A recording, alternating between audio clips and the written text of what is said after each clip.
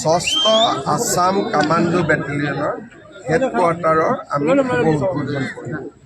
প্ৰায় 150 কোটি টকা ব্যয়েৰে 300 বিঘাতকৈ অধিক ভূমিত এই কামাণ্ডো বেটেলিয়ন নিৰ্মাণ কৰা হৈছে আৰু অসম আৰক্ষীৰ এক বহুদিনীয়া প্ৰয়োজনীয়তা পূৰণ হৈছে। এই অনুষ্ঠানৰ পৰাই শদিয়া চৰকাৰী উচ্চতৰ মাধ্যমিক বিদ্যালয়ত আমি 10 কোটি টকা ব্যয়েৰে নিৰ্মাণ কৰা ভৱনৰো শুভ উদ্বোধন কৰিছোঁ আৰু টুপচিঙাত নতুনকৈ নিৰ্মাণ কৰা 50 কোটি টকা ব্যয়েৰে নিৰ্মাণ কৰা দলংখনৰো শুভ উদ্বোধন কৰিছোঁ। আজি আমি চাপাখোৱাৰ ষ্টেডিয়াম, আমাৰ কাকপথাৰৰ ইনডোৰ ষ্টেডিয়াম, ডক্টৰ ভূপেন হাজৰিকাৰ প্ৰতিমূৰ্তি আৰু উদ্যান আৰু কেইবাটাও গুৰুত্বপূৰ্ণ ৰাস্তাৰ আজি আমি শুভ উদ্বোধন আধাৰশিলা স্থাপন কৰিছোঁ। সমান্তৰালভাৱে ৰাতিপুৱা আমি অমৰপুৰত আছিলোঁ।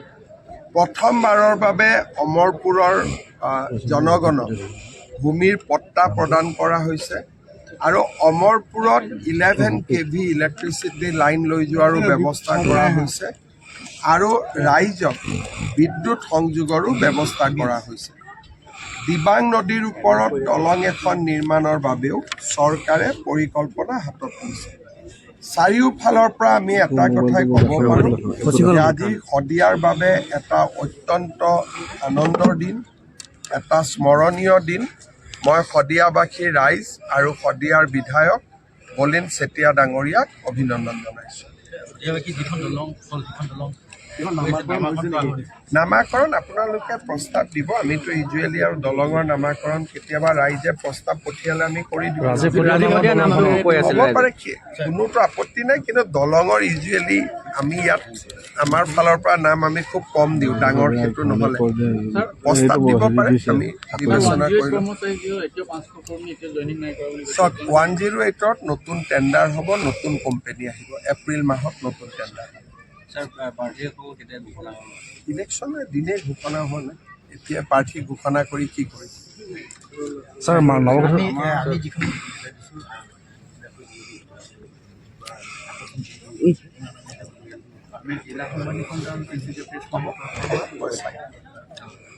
ছাৰ ছাৰ কথা ওলাইছে নতুনকৈ নৱগঠিত মালখম বিধানসভা সমষ্টিখন ভিতৰত এজিপি জড়িত দিব নেকি? তেনেকুৱা কোনো কথাই এজিপিৰ লগত আমাৰ প্ৰাৰম্ভিক আলোচনা হৈ আছে, চূড়ান্ত একো হোৱা নাই আৰু তেনেকৈ কিবা এখন এৰি দিম এৰি নিদিম এনেকুৱা ধৰণৰ কথা আমাৰ মাজত আলোচনা হ'ল। ল'লে হ'ল, কোনোতো আপত্তি নাই, কিন্তু আমিও খেলিম। কথাটো হ'ল ইমানে, মইতো এজিপিৰ নেতাসকলক সকলো জেগাতে কৈছোঁ, ইখন লাগিবই সিখন লাগিবই ক'ব নালাগে, ডাইৰেক্ট নমিনেশ্যন দি দিব লাগে, লেঠা মৰি গ'ল। কিন্তু এজিপিয়ে লাগিবই বুলি ক'লে আমি কেনেকৈ দিম? কিন্তু আমি এজিপিক বেয়া নাপাম, এজিপিয়ে নিজে ডাইৰেক্ট নমিনেশ্যন দিব। Thank you sir.